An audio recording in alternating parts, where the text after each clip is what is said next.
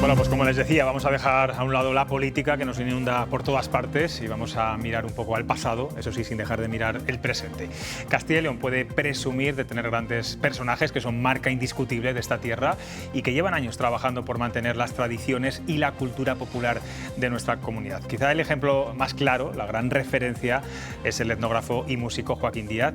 Él lleva 33 años viviendo en un pequeño pueblo de 100 habitantes de la provincia de Valladolid, en Urueña, donde ha instalado su fundación, su centro etnográfico, que recopila pues lo mejor de nuestra cultura popular y que sirve también para la investigación. Hace unos días cumplía 75 años y hoy hemos querido celebrarlo con él aquí en cuestión de prioridades. Me decía además que a estas horas suele estar dormido, lo cual es un sobreesfuerzo, además que esté hoy aquí. ¿Qué tal, Joaquín Díaz? Muy buenas noches y felicidades. Pues muchas gracias, muchas gracias. ¿Cómo lleva una persona que mira tanto al pasado cumplir años? De una manera muy normal, porque claro, la cuestión de la edad no es algo que uno elija, le han metido en este mundo en un momento determinado y voy cumpliendo pues según el calendario obliga.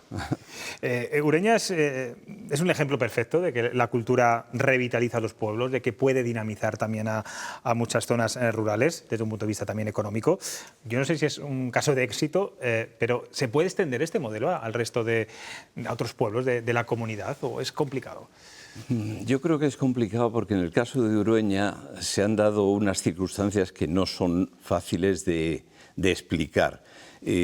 Por ejemplo, Urueña estuvo tan abandonado que tuvo la suerte de que en los años 60 no se destruyera, como se ha hecho en otros pueblos, con la pretensión de que había que mirar el futuro y había que desarrollarse y había que muchas cosas más.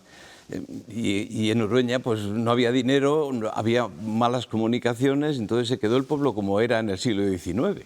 Ahí está la muralla casi intacta, digamos. Y, bueno, sí, bueno, se ha restaurado mucho, se ha hecho mucha labor de mucho trabajo. Hemos tenido en muchas ocasiones simposios sobre la arquitectura popular, sobre el paisaje, pues tratando de convencer primero a la gente que vive allí y después a los que trabajan en ese sentido, en el mundo de la etnografía o de la arquitectura, que es interesante mantener esas señas de identidad que están reflejadas en cómo vivía la gente y como yo creo que es posible siempre ser capaces de compaginar lo antiguo con lo nuevo, pues no me parece tan difícil el respetar todas las cosas del pasado que nos pueden servir, que, como puede ser, por ejemplo, un material de construcción como el adobe. Ya sé que es difícil, es complicado, pero al final sí se puede respetar todo eso y al mismo tiempo vivir en el mundo, en el siglo XXI. Eso es. Usted, como decía antes, se fue hace 33 años, otras figuras también de la cultura apostaron por este lugar. Se fue allí con todos los bártulos. ¿Cuáles son los obstáculos que usted se ha encontrado para llegar a conseguir, bueno, pues eso, que Urueña ocupe un lugar privilegiado en Castilla y León? Es verdad que el apoyo institucional ha sido también muy importante. Sí, sí, sí. Yo siempre digo que la Diputación de Valladolid pues, me ayudó desde el principio porque probablemente quienes estaban a cargo de la institución o tenían la responsabilidad pues comprendieron que era interesante el proyecto. El proyecto, por otro lado, no ha sido un proyecto rígido, ha sido versátil y eso yo creo que le ha dado más fuerza. Yo empecé, creo que fue el año 81, 82, a darme cuenta de que hacía falta un lugar de encuentro para la gente que trabajaba en la cultura tradicional, en la tradición, y hacía falta también un lugar en el que los académicos y los simples aficionados pudieran entenderse, que a veces es más difícil de lo que parece. Y entonces empecé con un centro de estudios. A ese centro de estudios siguió un centro de estudios y documentación. Posteriormente se vio que era interesante que hubiera una parte museística también, donde la gente se viera reflejada o tuviera sus emociones particulares al ver todo lo que se había perdido, entre comillas.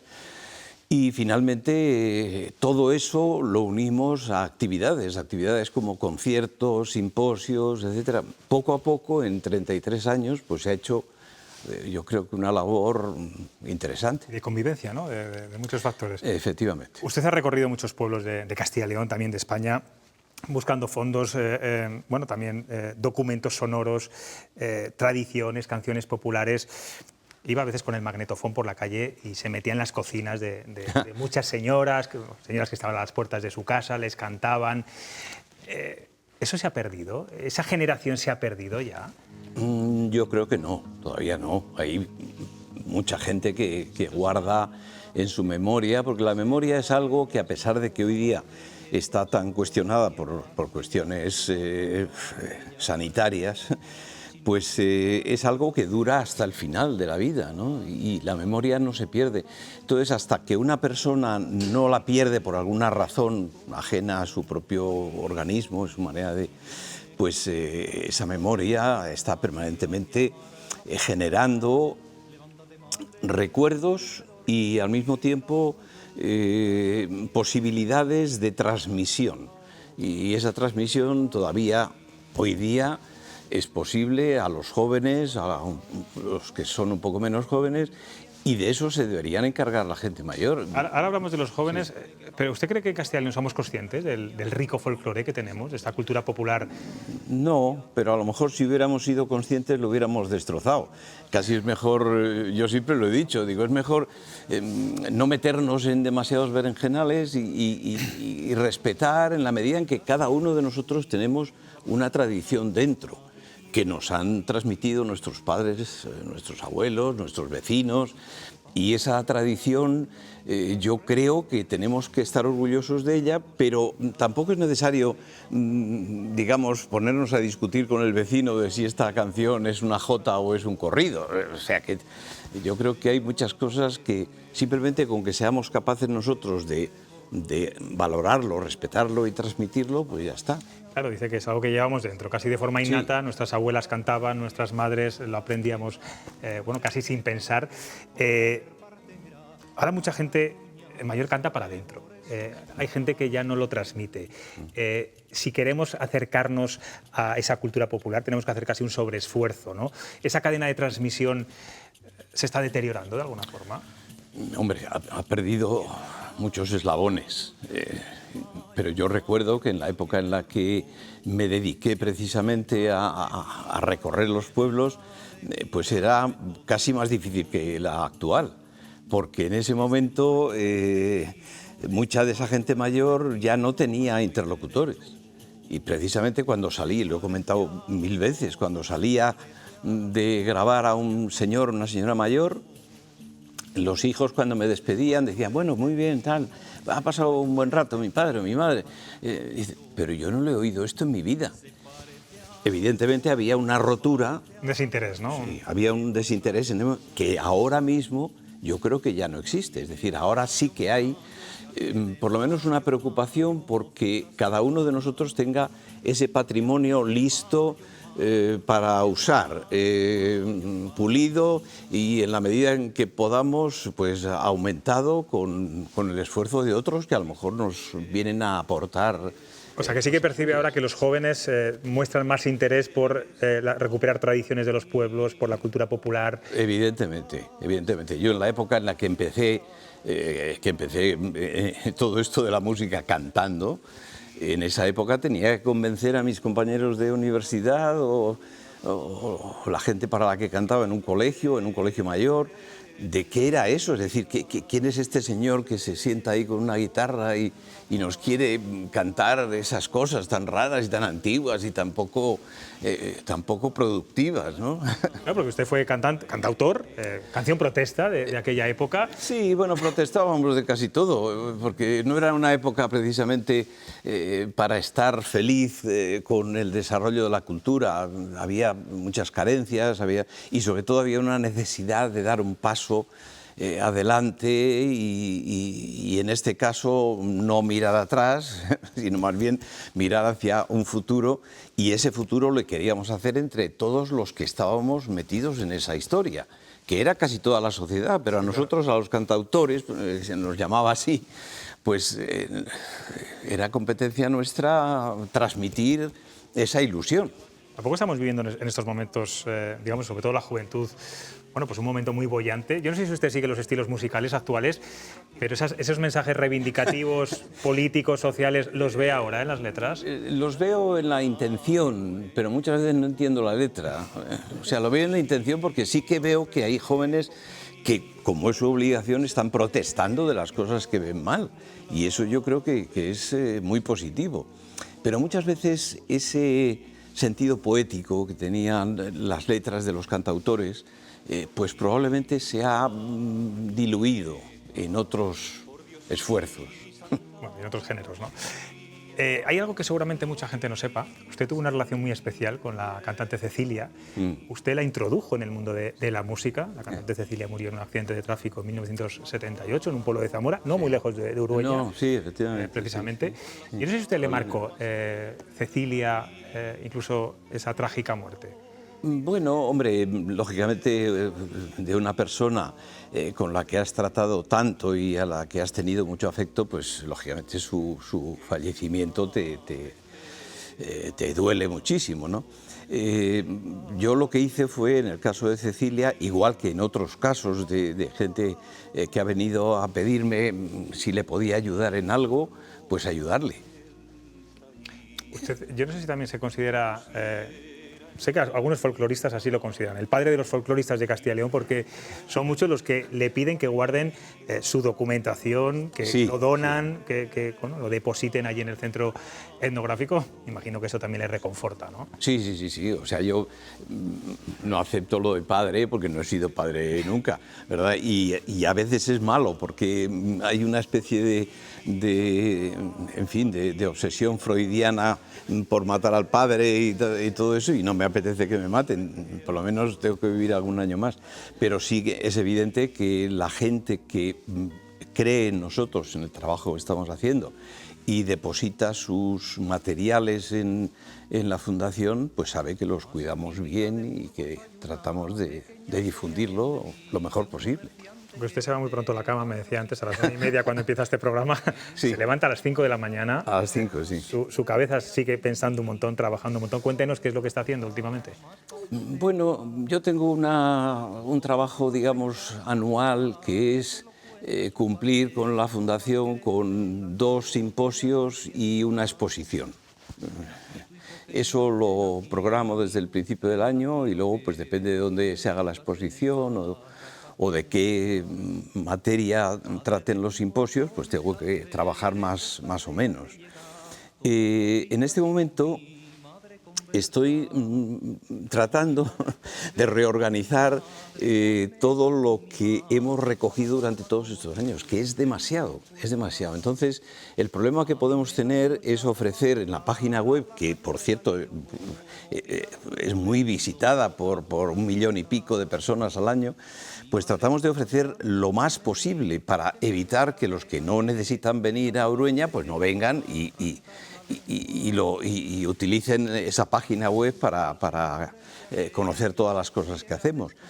Pero me doy cuenta de que necesito reflexionar, ver lo que a lo mejor es un poco inútil en la página, lo que debería estar y no está en estos momentos, es decir, todo eso... Hacer un parón, ¿no? Sí, una reflexión, aprovechando los 75 años, pues una reflexión para ver si podemos mejorar en ese aspecto y ser, como hemos sido en muchos casos, pioneros y en otros, pues un reflejo de la propia sociedad, que sin duda está deseando que alguien haga este trabajo.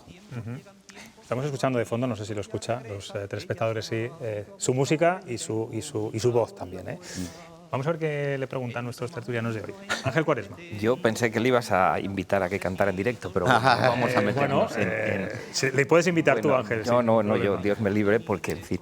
Pero, oye, Joaquín, como nos conocemos desde antes de que vivieras en Urueña, sí. Yo quería preguntarte si en este tiempo en que vivimos, es decir, en pleno siglo XXI, todavía es posible que un ciego le regale una naranja a una señora que lleva un niño en brazos y el ciego recupere la vista? ¿Eso es posible en el siglo XXI? Pues yo creo que sí. Es decir, me gusta pensar que si los romances han sobrevivido hasta hoy y se siguen cantando en Navidad, por ejemplo, como en el caso de La Virgen y el Ciego, o en otras épocas, o simplemente están en la memoria de la gente, es porque tratan temas que no tienen caducidad. Como los yogures, es decir, son temas de siempre y temas que son muy humanos y temas que interesan y que hasta a los más jóvenes les puede llamar la atención pues un personaje, cómo se comporta ese personaje, cómo reacciona ante determinadas dificultades. Es decir, todo eso yo creo que está presente en la vida de cualquier persona del siglo XXI. Por tanto, no veo la necesidad de olvidar. Hombre, estoy casi seguro de que muchos romances, muchas canciones se han ido perdiendo porque, por un lado, la memoria va flaqueando, por otro lado, las personas que tenían esa función en los pueblos están más cuestionadas, ¿eh? Antes no, antes eran las personas que tenían la memoria de todos. Y aunque sí que en cierto modo está debilitándose un poco la tradición, yo confío en que la misma fuerza, el mismo contenido de esa tradición es la que va a permitir que se mantenga, por lo menos en buena parte. Laura. Buenas noches, Joaquín. Encantada de escucharle, aunque sea sin música de fondo. Se ha hablado aquí, se ha hecho varias referencias a los jóvenes. Se habla mucho del relevo generacional en el mundo empresarial. Yo no sé si en el mundo de la etnografía hay relevo generacional ahora mismo, si hay jóvenes que están con tendencia a conservar y a realizar un poco la labor que ustedes y usted en concreto está desarrollando. Y una curiosidad, cuando dice que hay familias, hay personas que le han confiado elementos de la tradición, guárdamelo usted, porque seguro que está custodiado y que está en muy buenas manos. ¿Qué podemos encontrar en casa que podríamos sacar de casa y llevarlo precisamente y dejarlo en sus manos? ¿Qué tipo de cosas? Primero los jóvenes y luego, ¿qué podemos llevarle? Sí, hombre, yo creo que sí que hay relevo y de hecho yo cada día estoy viendo gente que se presenta allí, algunos jovencísimos, otros muy rompedores con lo que es la tradición. A mí me encanta ese tipo de personas que quieren hacer una aportación personal, ¿no? Eso creo que lo hice yo en su momento y traté de hacerlo bien y yo creo que hay que respetarlo. También hay gente que está trabajando desde la universidad, desde el mundo académico, y yo creo que confío en que va a ser una generación muy buena y que mucho mejor que la que a lo mejor tuvimos en esa época en la que yo trataba desde los escenarios de decir, escuchadme que esto es bueno y tal. Y la segunda parte... ¿Qué podríamos llevar? Yo creo que decía antes que cada uno de nosotros tenemos un repertorio propio. Siempre digo que las canciones las recordamos más que por las canciones mismas, o por el texto, o por la música, por el momento en el que las aprendemos. Y eso es muy importante. Y yo creo que cada uno de nosotros, no voy a decir que todas las noches, pero de vez en cuando, hacer un examen de conciencia de qué es lo que hemos aprendido, qué es lo que nos han transmitido nuestros padres o nuestros abuelos, cuánto de eso lo hemos desechado porque a lo mejor no nos servía, pero cuánto hemos atesorado y lo tenemos ahí preparado para en un momento dado. Yo siempre me acuerdo, y lo digo porque estoy orgulloso de ello, que muchas veces hablo con refranes. Y esos refranes los aprendí de mi madre o de mi abuela. Es decir, que son cosas que han marcado mi manera de hablar, de pensar, de ser oportuno en determinadas cosas. No hay nada mejor que un refrán oportuno en su momento adecuado, ¿no? Entonces yo creo que esas personas que quisieran aportar algo a la Fundación Lógicamente los que más han trabajado en ese aspecto, porque han grabado mucho y son los que aportan esas grandes cantidades de material grabado. Pero cualquier persona, y de hecho está sucediendo, cualquier persona que tenga un romance, que tenga un cuento, que él piense que no lo ha visto en ningún sitio, que solamente se lo había oído a su abuela, ¿no? Pues esa persona es bienvenida y nosotros le damos luego la importancia que merece a todo ese material. Y Joaquín, en ese repertorio propio o particular, ¿qué canción, qué instrumento musical es el que a usted todavía cuando lo escucha o lo oye le genera una sensación especial?